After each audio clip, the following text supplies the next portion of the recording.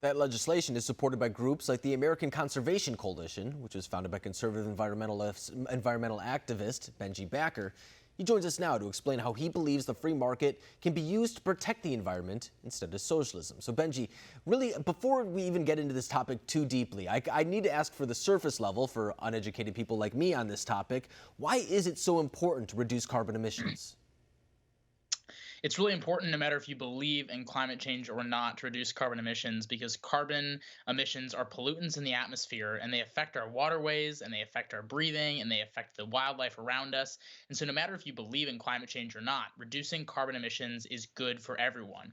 And you need to have a healthy environment to have a good economy. That's just the truth. You need to have, the public lands and the private lands and humans living in coexistence with one another, and we only have so many resources to protect. So it's really important to reduce carbon emissions for our health, for the environment, and for the economy all in one.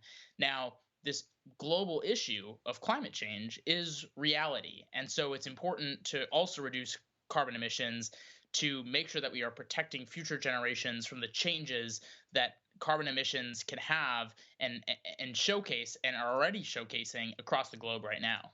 And when it comes to the issue of climate change, as you're saying right there, I mean, you can look at scientific data and see that right now, for example, the Earth is warming. But the dialogue then comes to be exactly how much is man contributing to this? How much can man kind of do to curb that effort without putting millions of people out of jobs? I think that's the conversation that a lot of conservatives have when it comes to this as well. But they also, for example, are a little skeptical because you could look back, dating all the way back to 1988. I remember the United Nations put out a report saying we had 12 years to live then, And then now we hear that same kind of rhetoric being pushed by politicians right now. So I think that kind of creates a little bit of the skepticism around this issue. Just how serious, do we have any indication of how serious this climate change really is?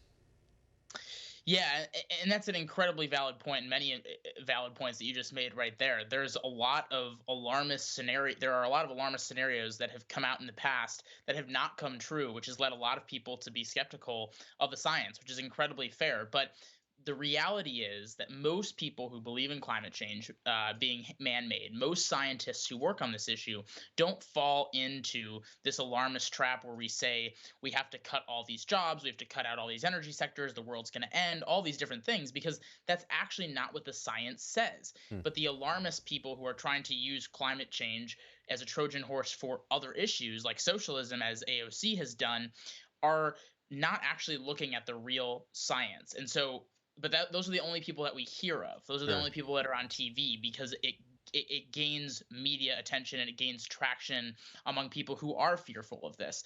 But it is a reality that we have contributed to global carbon emissions rising and temperatures rising as well. And over time, we will see small incremental changes that all add up to negative consequences for a lot of vulnerable people, including farmers and America's most necessary job creators. And so what we need to do is what the science says is that we need to be carbon neutral by 2050. That's the goal. It doesn't say that we have to get rid of fossil fuels. It doesn't say that we only can do wind and solar. It doesn't say that we need to have a green new deal. It doesn't say that we need to have a pointless Paris Accords that actually didn't accomplish anything. Hmm. What it says is that we need to reduce carbon emissions and aim to be carbon neutral by 2050. That's not what you're hearing from a lot of these radical environmentalists. Right. And I can tell you from someone who works with moderate Democrats firsthand, they're getting sick of it. And, I think you bring up a good point, too, because, for example, the only really big piece of legislation that we've kind of heard be proposed from the left regarding this issue is the Green New Deal. That's the one that at least made headlines.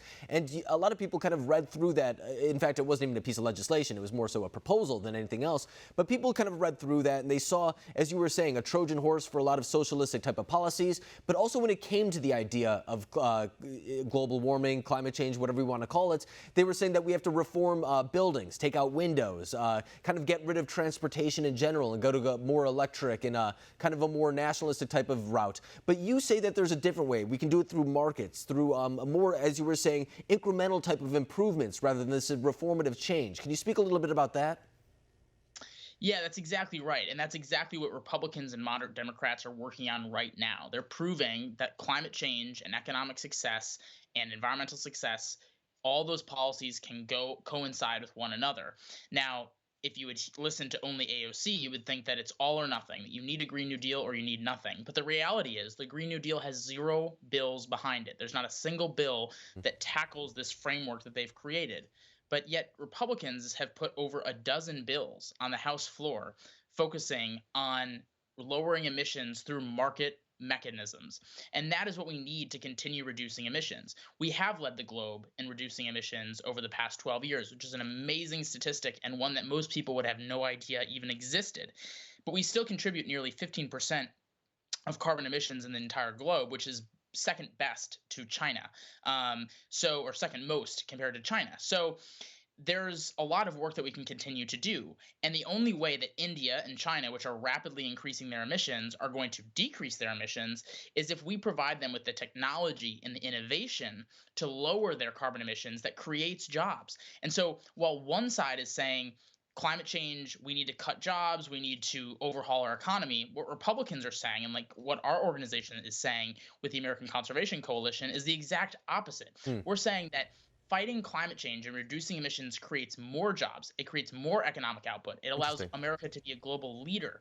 And it allows us to help the environment at the same time, lower energy prices on consumers, and help the most vulnerable Americans. That's what climate change should be about. And that's why it's so important for conservatives who may even be skeptical of the science to take a position and say, we need answers on climate change now. Because if we don't get realistic solutions, we are going to be stuck with the Green New Deal or policies that A, aren't feasible, B, aren't necessary, and C, would completely dismantle the American way of life. No, it's really an interesting input. In fact, I've never really heard it from that perspective as well. And I feel like for conservatives, they need to start getting that messaging out there because we see among the younger generations that it is a bigger issue than maybe some others in the past. So I think it's something that conservatives do need to hop on board. Benji, thank you very much for coming on the show tonight.